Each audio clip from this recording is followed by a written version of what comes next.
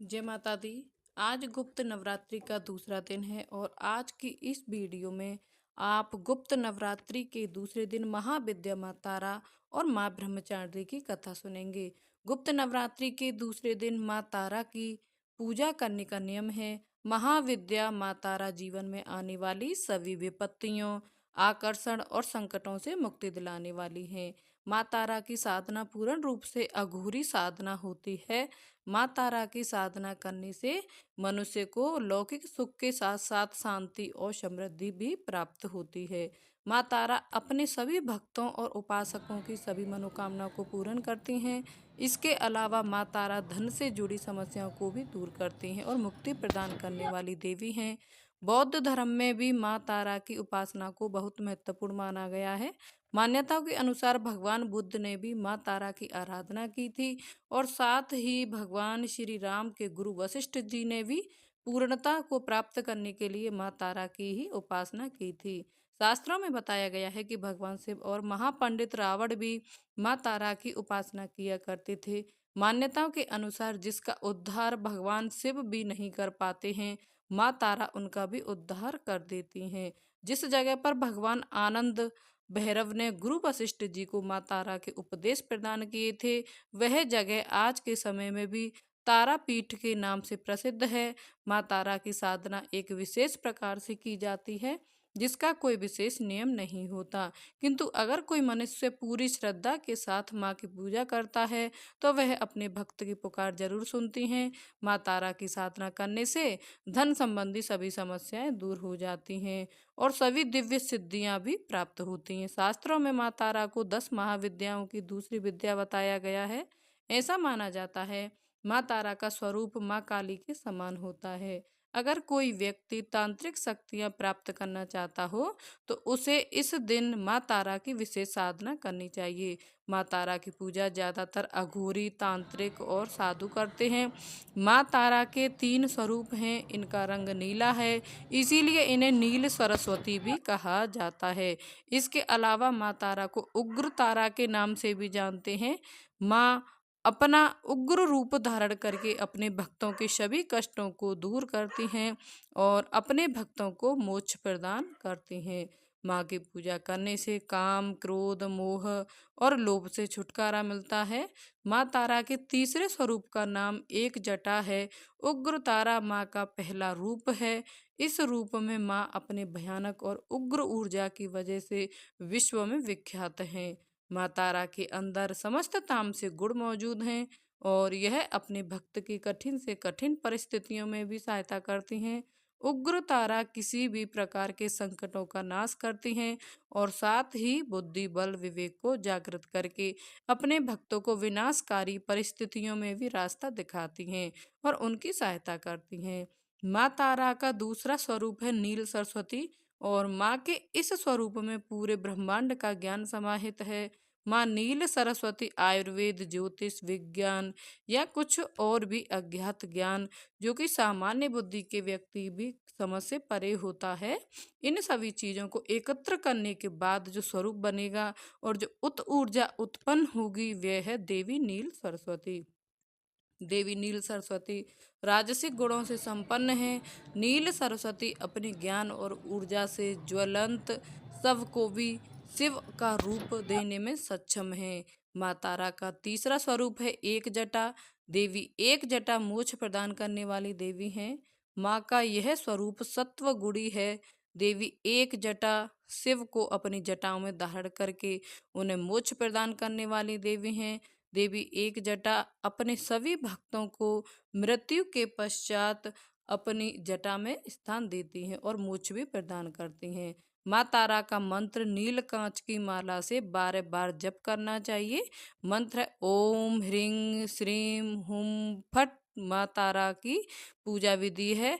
माँ तारा की पूजा हमेशा रात के समय ही की जाती है, इसीलिए अगर आप माँ की पूजा कर रहे हैं तो हमेशा अर्धरात्रि में ही करें। माँ तारा की पूजा हमेशा एकांत कक्ष में ही करें जहाँ आपके अलावा कोई दूसरा ना हो। माँ की पूजा करने से पहले स्नान करें, इसके बाद एक सफ़ेद रंग की धोती धारण करें।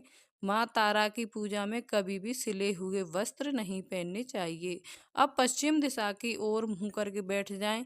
अपने सामने एक चौकी रखें, उस पर गंगा जल छिड़क कर शुद्ध कर लें। चौकी पर गुलाबी रंग का वस्त्र बिछाएं, एक प्लेट में गुलाब के पुष्प रखें। अब चौकी पर तारा यंत्र की स्थापना करें। इस यंत्र के चारों तरफ चावल की 4 ढेरियां रखें। चावल की 4 ढेरियों पर एक एक लौंग रखें। उसके बाद तारा यंत्र के सामने घी का दीपक प्रज्वलित करें। दीप जलाने के बाद विधि विधान से माँ तारा के मंत्रों का जाप करें। जाप करने के बाद श्रद्धा पूर्वक माँ तारा की कथा सुने और कथा सुनने के बाद माँ की आरती उतारें। पूजा करने के बाद पूजा में इस्तेमाल की गई सभी सामग्री को अगले दिन की पूजा करने से पहले किसी बहती हुई नदी में प्रवाहित कर दें या फिर किसी पीपल के पेड़ के नीचे जमीन में गहरा गड्ढा खोदकर दबा देना चाहिए। माँ तारा की पौराणिक कथा के अनुसार देवी तारा का जन्म मेरू पर्वत के पश्चिम भाग में चोलना नदी के किनारे हुआ था। मान्यताओं के अनुसार देवी तारा की उत्पत्ति तट पर हुई। यह ग्रीव नाम के दैत्य के वध के लिए देवी महाकाली ने ही नील वर्ण धारण किया था। महाकाल संहिता के अनुसार चैत्र शुक्ल अष्टमी तिथि में देवी तारा प्रकट हुई थी। इस कारण यह तिथि तारा अष्टमी कहलाती है। चैत्र शुक्ल नवमी की रात्रि तार रात्रि कहलाती है। सबसे पहले स्वर्गलोक के रत्नद्वीप में वैदिक कल्पोक्त तथ्यों तथा वाक्यों को देवी काली के मुख से सुनकर भगवान शिव अपनी पत्नी पर बहुत प्रसन्न हुए।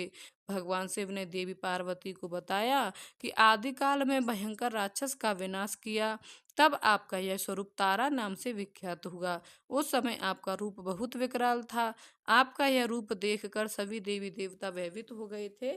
अपने इस विकराल रूप में आप नग्न अवस्था में थी, इसीलिए आपकी लज्जा के लिए ब्रह्मा जी ने आपको व्याघ्र चर्म प्रदान किया था। इस कारण से आप लंबोदरी नाम से भी विख्यात हुई थी। तारा रहस्य तंत्र के अनुसार भगवान राम केवल निमित्त मात्र ही थे। वास्तव में भगवान राम की विध्वंसक शक्ति देवी तारा ही थी, जिन्होंने लंकापति रावण का वध किया था। यह थी महाविद्या माँ तारा देवी की कथा। सभी प्रेम से बोलिए महाविद्या माँ तारा की जय। अब सुनिए माँ ब्रह्मचारिणी जी की कथा। ब्रह्मचारिणी जी का अर्थ होता है तप का आचरण करने वाली। देवी ब्रह्मचारिणी की पूजा करने वाले भक्त को अपने हर काम में सफलता प्राप्त होती है, वह हर ओर विजय होता है। माँ ने अपने इस स्वरूप में सफेद वस्त्र धारण किए हुए हैं। माँ की 2 भुजाओं में से दाहिनी भुजा में जपमाला और बाईं भुजा में कमंडल है। इनकी पूजा करने से भक्त के अंदर जप और तप की शक्ति बढ़ती है। माँ ब्रह्मचारिणी अपने भक्तों को संदेश देती है कि परिश्रम से ही सफलता प्राप्त की जा सकती है। भगवान शिव को पति रूप में प्राप्त करने के लिए माँ ब्रह्मचारिणी ने अत्यंत कठिन तप किया था। शिव पुराण में वर्णन मिलता है कि श्री ब्रह्मा जी के आदेश अनुसार भगवान शंकर जी को पति रूप में प्राप्त करने के लिए देवी पार्वती ने कठिन तप किया था। ब्रह्मा जी के आदेश के बाद महर्षि नारद जी ने देवी पार्वती को पंचाक्षर मंत्र यानी शिवाय नमः की दीक्षा दी थी। दीक्षा लेकर देवी पार्वती अपनी सखियों के साथ तपोवन में जाकर कठिन तपस्या में लीन रहने लगीं। उनकी कठिन तपस्या का वर्णन शिव पुराण में मिलता है। माता पिता की आज्ञा लेकर देवी पार्वती ने सबसे पहले राजसी वस्त्रों का अलंकारों का त्याग किया। उनकी जगह पर उन्होंने मूंज की मेखला धारण कर ली, वक्ल वस्त्र धारण कर लिए, हार को गले से निकालकर मृग चर्म धारण किया और फिर गंगावतरण नामक पावन क्षेत्र में सुंदर वेदी बनाकर वे तपस्या में बैठ गईं। अपने मन और सभी इंद्रियों का निग्रह कर, सभी इंद्रियों को अपने वश में कर, देवी पार्वती ग्रीष्म काल में अपने चारों ओर अग्नि जलाकर बीच में बैठ गईं और ऊपर से सूर्य के प्रचंड ताप को सहन करती हुई वे अपने तन को तपाती रहीं। वर्षा ऋतु में वे खुले आकाश के नीचे शिलाखंड पर बैठकर दिन रात जल की धारा से अपने शरीर को सींचती रहीं। भयंकर शीत ऋतु में जल के बीचों बीच रात दिन बैठकर उन्होंने कठिन तप किया। इस प्रकार निराहार रहकर देवी पार्वती ने पंचाक्षर मंत्र का जप करते हुए सकल मनोरथ पूर्ण करने वाले भगवान सदाशिव के ध्यान में अपने मन को रमा दिया। अपनी पुत्री को विवाह लायक देखकर माता मैना और पिता हिमालय को अपनी पुत्री के विवाह की चिंता हुई। इतने में महर्षि नारद राजमहल में पहुंच गए। अपने महल में महर्षि को विराजमान देखकर राजा और रानी ने अपनी पुत्री के भविष्य के विषय में उनसे पूछा। त्रिकालज्ञ सर्वयज्ञ तुम गति सर्वत्र, तुम्हारी कहूँ सुता के दोष गुण मुनिवर। हृदय विचारी नारद जी ने देवी पार्वती का हाथ देखकर भविष्यवाणी की। सब लक्षण संपन्न कुमारी, होय सतत प्रिय प्यारी। सदा अचल है कर अहिता एह तेज सपह। पितु मात राजा हिमालय ने प्रश्न में बेटी के अवगुण पहले पूछे थे, किंतु देवर्षि नारद ने पहले पार्वती जी के गुणों का बखान किया। नारद जी चतुर और मनोवैज्ञानिक वक्ता हैं। वे सबके मन की बातें पढ़ लेते हैं। इसीलिए देवी पार्वती के माता पिता से वे उनके दिव्य गुणों की चर्चा करते हुए सद्गुणों की एक लंबी सूची नारद जी ने उनके सामने प्रस्तुत की। लेकिन जब देवी पार्वती के पिता ने पूछा कि हे देवऋषि, मेरी पुत्री में अगर कोई दोष हो तो वह भी बतला दीजिए। तब देवऋषि नारद जी बोले, सुनहु जे अब गुण दुचारी, यानी कि आपकी पुत्री में दो चार अवगुण भी हैं, उन्हें भी आप सुन लो। जोगी जटल अकाल मन, नगन अमंगल वेश। अस स्वामी यह कहाँ मिले, परिहस्त असरेक। नारद जी कहने लगे कि पार्वती पुत्री तो सर्वगुण संपन्न है, किंतु इनका पति जटाजूटधारी, दिगंबर और अमंगल वेश वाला होगा।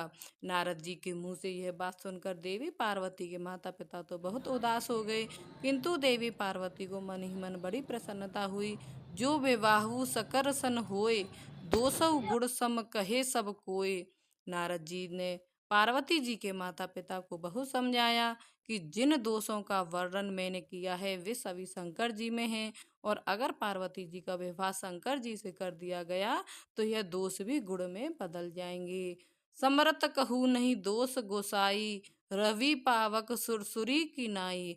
अतः मैं नारद जी ने माता पिता से यह तक कह दिया कि शिव जी को छोड़कर संसार में आपकी पुत्री के लिए कोई दूसरा वर है ही नहीं, किंतु आशुतोष होने पर भी शंकर जी दुराराध्य हैं, यानी कि शिव जी कठोर उपासना से प्रसन्न होते हैं। उनको प्राप्त करने का एक ही उपाय है कि पार्वती जी वन में जाकर कठिन तपस्या में लीन हो जाएं।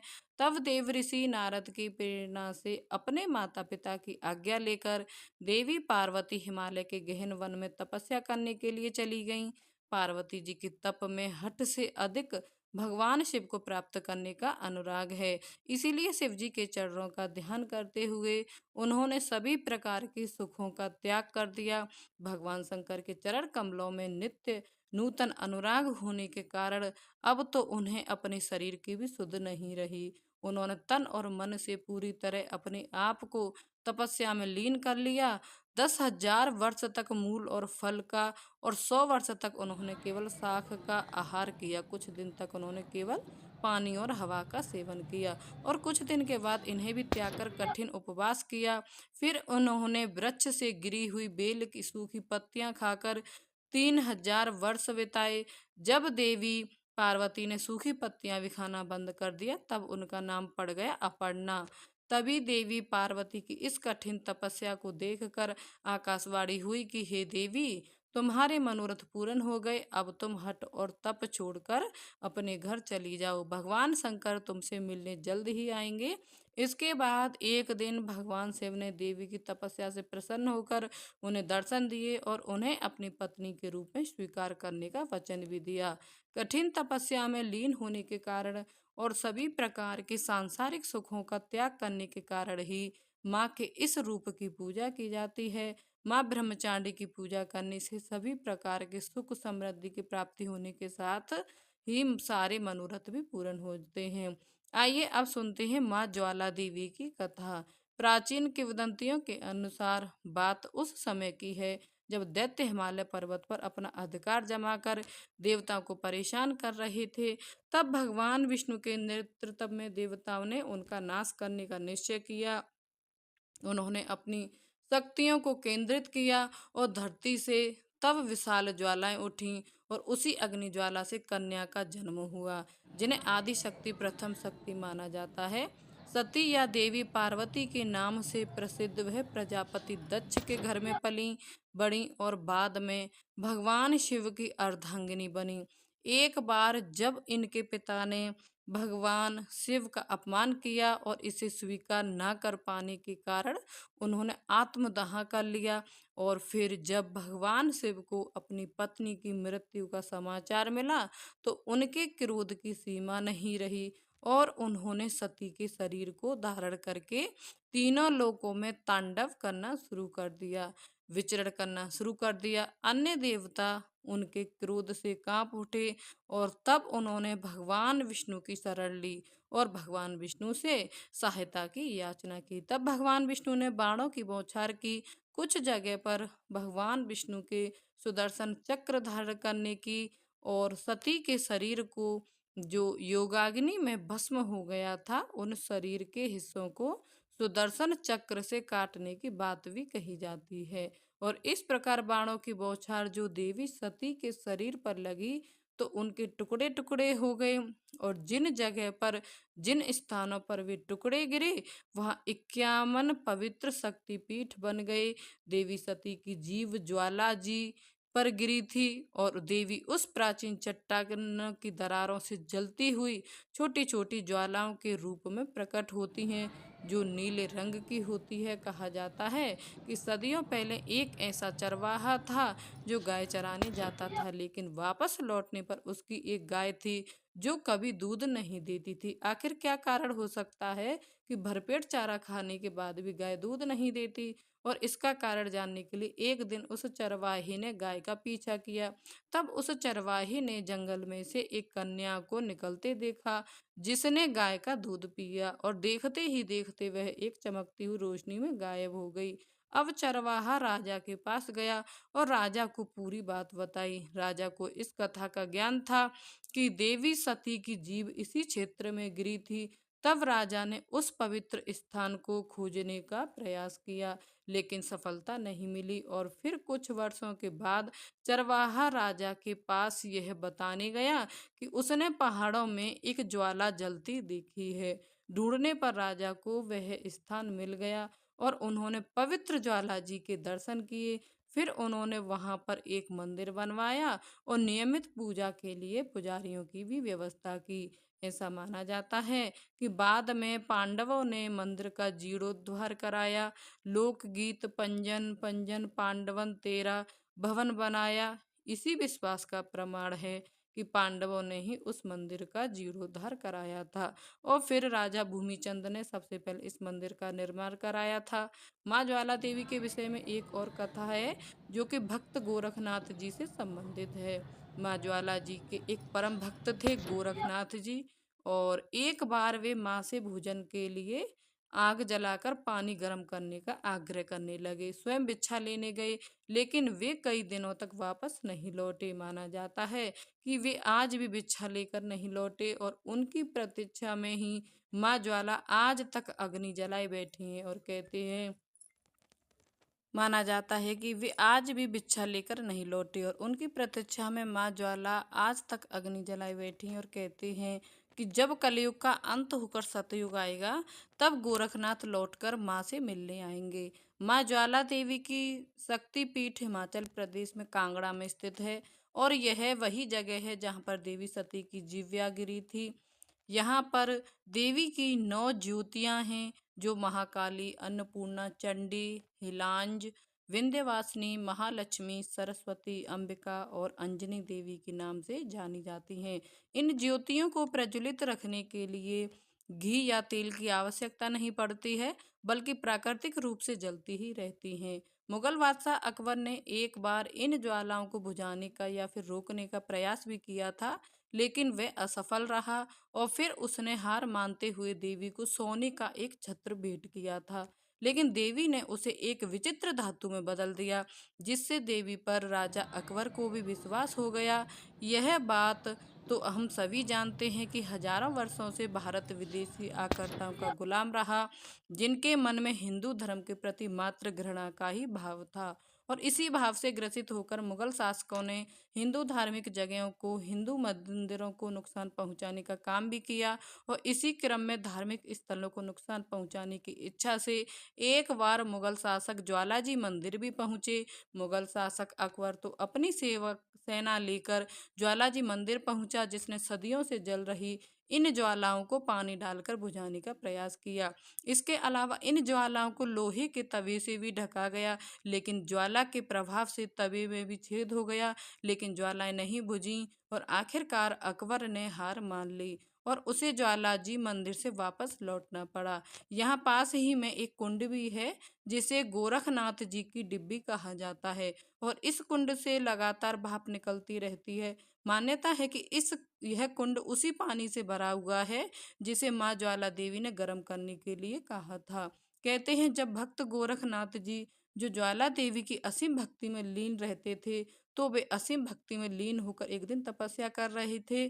तपस्या के दौरान उन्हें भूख लगी, तो उन्होंने माँ ज्वाला देवी से प्रार्थना की कि माँ, आप थोड़ा पानी गर्म कर दें, मैं भिक्षा लेकर जल्दी वापस लौट आऊंगा। माँ ने आशीर्वाद दिया और गोरखनाथ जी भिक्षा लेने चले गए।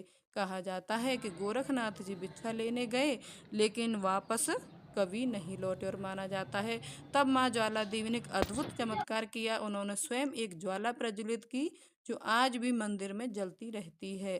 यह वही ज्वाला है जिसके लिए गोरखनाथ जी ने माँ से पानी गर्म करने को कहा था और कहा जाता है कि कलयुग के अंत में गोरखनाथ इसी मंदिर में वापस लौटेंगे, तब तक यह ज्वाला भी जलती ही रहेगी। ज्वाला देवी मंदिर से जुड़ी हुई ध्यानु भगत की कहानी भी बहुत प्रसिद्ध है। ऐसा कहा जाता है कि अपनी अटूट भक्ति सिद्ध करने के लिए ध्यानु भगत ने माता को अपना शीश तक अर्पित कर दिया था और मान्यता है कि जो भी भक्त सच्चे मन से माँ ज्वाला से कोई भी मनोकामना मांगता है, वह अवश्य ही पूरी होती है। और माता के दरबार से कोई भी भक्त कभी खाली हाथ नहीं लौटता। ध्यानु भगत की भक्ति का यह परम यज्ञ ज्वाला माता के मंदिर को एक पवित्र तीर्थ स्थल बना देता है। कुछ प्रसिद्ध लोक कथाओं के अनुसार एक बार की बात है, माँ ज्वाला के एक भक्त थे जिनका नाम था ध्यानु भगत और उनका जन्म हुआ था एक गरीब परिवार में और उनके जन्म लेते ही दुर्भाग्यवश उनके माता पिता स्वर्ग लोक सिधार गए। इस बात पर सारे गांव वाले ध्यानु भगत को ताना देने लगे। उन्होंने मनहूस कहने लगे, कोई भी ध्यानु भगत के साथ खेलता तक नहीं था। माता पिता का असमय देहांत होने के कारण ध्यानु भगत का पालन पोषण एक पंडित जी ने किया और वह पंडित जी ज्वाला माता के अनंत उपासक थे, उनकी भक्ति किया करते थे और उनकी अनन्य भक्ति का ही यह परिणाम था। जब ज्वाला माँ की कृपा ध्यानु भगत पर इतनी थी, जब ध्यानु भगत ने पंडित जी से अपनी माँ के बारे में पूछा, तो पंडित जी कहा करते थे, तेरी माँ तो साक्षात ज्वाला में है। पंडित जी की यह बात सुनकर बालक ध्यानु ने एक बार सोचा कि क्यों ना माता से पूछा जाए। अब तो वह माता रानी की शरण में बैठ गया और वह बालक सच्चे मन से अपनी माँ को पुकारता हुआ कहने लगा, हे माता, मेरे बाबा तो कहते हैं कि आप मेरी जननी हैं और अगर यह सच है तो आप फिर मुझसे मिलने क्यों नहीं आती, मुझे अपने सीने से क्यों नहीं लगाती जैसे बाकी बालक अपनी माँओं के सीने से लगते हैं। हे देवी, कृपया कर, अगर तुम मेरी माता हो तो मुझे सीने से लगा लो। मैं माता का सुख भोगना चाहता हूँ। माँ, मैं आपके सीने से लगना चाहता हूँ। और बालक की ऐसी करुण पुकार सुनकर एक चमत्कार हुआ। जगत जननी माता ज्वाला अपने पुत्र के सम्मुख प्रकट हो गईं और ध्यानु को अपने सीने से लगा लिया। धीरे धीरे समय बीता। अब वह नन्हा सा बालक बड़ा हो गया। ज्वाला देवी की विशेष कृपा ध्यानु पर थी, क्योंकि उसके मन में तो हर समय माँ ज्वाला ही समाई थी। वह उन्हीं को अपनी माँ समझता था। माँ के आशीर्वाद से ध्यानु हर किसी के कष्टों को दूर किया करते थे। हर बार नवरात्रि पर वह माता के जगराते भी यथाशक्ति करवाते थे। उनकी भक्ति इतनी थी कि जब वह एक बार जय माता दी बोलते तो अंधे की आंखें मिल जाती थीं, गूंगे को जुबान मिल जाती थी। देवी माँ की असीम कृपा से ध्यानु हर किसी के दुखों को दूर करने में लगे रहते। यहाँ तक कि वह लोग वह गांव वाले जो बचपन में उन्हें मनहूस कहा करते, उनसे भी उन्हें कोई भय भेदभाव नहीं था। उनके मन में किसी के प्रति लेश मात्र भी नहीं था, कोई क्रोध नहीं था, कोई ईर्ष्या नहीं थी, बल्कि वह सबको एक समान ही माना करते थे। और वह हर स्त्री में अपनी माता, अपनी बहन का ही रूप देखा करते थे। एक बार ध्यानु भगत गांव वालों के साथ माता ज्वाला देवी के दर्शन करने के लिए जा रहे थे।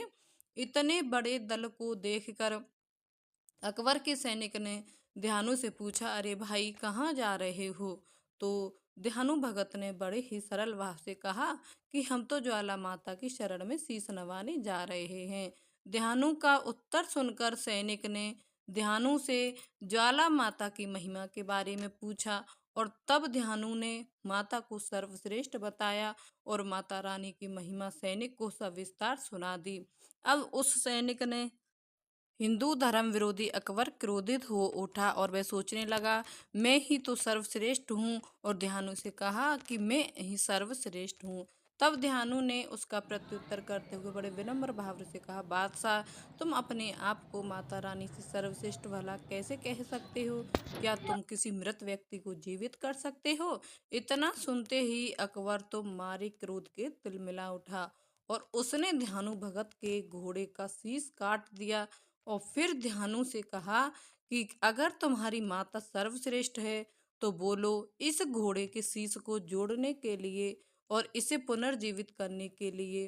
तब ध्यानु माता से प्रार्थना करने लगे और उस घोड़े का सिर नहीं जुड़ा।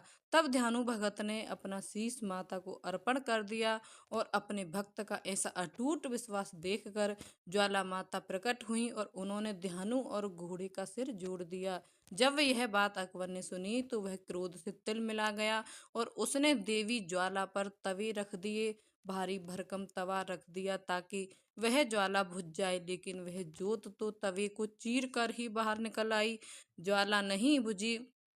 यह देखकर अकबर ने अब की बार ज्वाला माता के दर के पास में नहरें खुदवा दी ताकि पानी से ज्वाला बुझ जाए, लेकिन ज्वाला फिर भी नहीं बुझी। तब अकबर को माता पर पूर्ण विश्वास हुआ और वह बड़े अभिमान के साथ देवी ज्वाला के मंदिर में सोने का छत्र लेकर गया।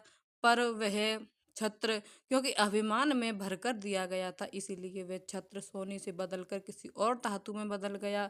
वो क्या धातु है, इसका आज तक पता तो कभी ही नहीं लगा पाया। यह देखकर अकबर उसी तरह वापस लौट गया जैसे वह आया था। माना जाता है कि ज्वाला माता के मंदिर में आज भी वह छत्र रखा जाता है। तो प्रेम से बोलिए ज्वाला माता की जय। जय अम्बे गौरी मैया, जय श्यामा गौरी, तुम्हें को निश दिन ध्यावते मैया जी को निश दिन ध्यावते, हरि ब्रह्मा शिव हरि, जय अम्बे गौरी। मांग सिंदूर विराजत, टीको मृग मद को मैया, टीको मद को, उज्ज्वल से दो नैना, उज्ज्वल से दो नैना, निर्मल चंद्र वदननी को, जय अम्बे गौरी। कनक समान कलेवरे, रक्तांबरे राजे मैया, रक्तांबरे राजे, रक्ते पुष्प गले माला, लाल पुष्प गले माला, कंठन पर साजे, जय अम्बे गौरी। के हरिवाहन राजत, खड़ग खपर धारी मैया, खड़ग खपर धारी, सुर नर मुनि जन सेवत, सुर नर मुनि जन सेवत, तिनके दुख हारी, जय अम्बे गौरी मैया, जय अम्बे गौरी। कानन कुंडल शोभित, नासाग्रे मोती मैया, नासाग्रे मोती, कोटिक चंद्र दिवा करे, कोटिक चंद्र दिवा करे, राजत समझोती, जय अम्बे गौरी मैया, जय अम्बे गौरी। शुंभ निशुंभ विधारी, महिषासुर घाती मैया, महिषासुर घाती, धूम्र विलोचन नैना मधुर विलोचन नैना निस दिन मधुमाती। जय अम्बे गौरी। चंड मुंड संघारे छोड़ित बीज हरे, मैया छोड़ित बीज हरे। मधु के टब दो मारे, मधु के टब दो मारे, सुर बहीन करे। जय अम्बे गौरी मैया, जय श्यामा गौरी। ब्राह्मणी रुद्राणी तुम कमला रानी, मैया तुम कमला रानी। आगम निगम बखानी तुम शिव पट रानी। जय अम्बे गौरी मैया, जय श्यामा गौरी। 64 योगिन मंगल गावत, नृत्य करत भैरो, मैया नृत्य करत भैरो। बाजत थाल मृदंगा डोले मृदंगा और बाजत डमरो। जय अम्बे गौरी मैया, जय श्यामा गौरी। तुम ही जग की माता, तुम ही हो भरता, मैया तुम ही हो भरता। भक्तन की दुख हरता, भक्तन की दुख हरता, सुख संपत्ति करता। मैया जय अम्बे गौरी मैया, जय अम्बे गौरी। भुजाचार्य अति शोभित, वरि मुद्राधारी, मैया वरि मुद्राधारी। मन वांछित फल पावत, मन वांछित फल पावत, सेवत नर नारी। मैया जय अम्बे गौरी मैया, जय श्यामा गौरी। कंचन दाल विराजत, अगर कपूर बाती, मैया अगर कपूर बाती। श्रीमाल के तुम राजत, श्रीमाल के तुम राजत, कोटि रतन ज्योति। मैया जय अम्बे गौरी मैया, जय अम्बे गौरी। श्री अम्बे जी की आरती जो कोई नर नारी गावे, मैया जो कोई नर गावे। कहत शिवानंद स्वामी, रटत भोले नंद स्वामी, सुख संपत्ति पावे। जय अम्बे गौरी मैया, जय अम्बे गौरी मैया, जय अम्बे गौरी मैया, जय श्यामा गौरी। तुम्हें को निज दिन ध्यावते, हरि ब्रह्मा शिवरी, तुम्हें को शवे मनावते, हरि ब्रह्मा शिवरी। मैया जय अम्बे गौरी। बोले अम्बे मात की जय। तो ये थी दूसरे दिन सुनी जाने वाली सभी कथाएं। अगर वीडियो अच्छी लगी हो तो लाइक करें, शेयर करें। चैनल पर पहली बार आए हैं तो चैनल को सब्सक्राइब करना ना भूलें। तो मिलती हूँ नेक्स्ट वीडियो में, तब तक के लिए जय माता दी।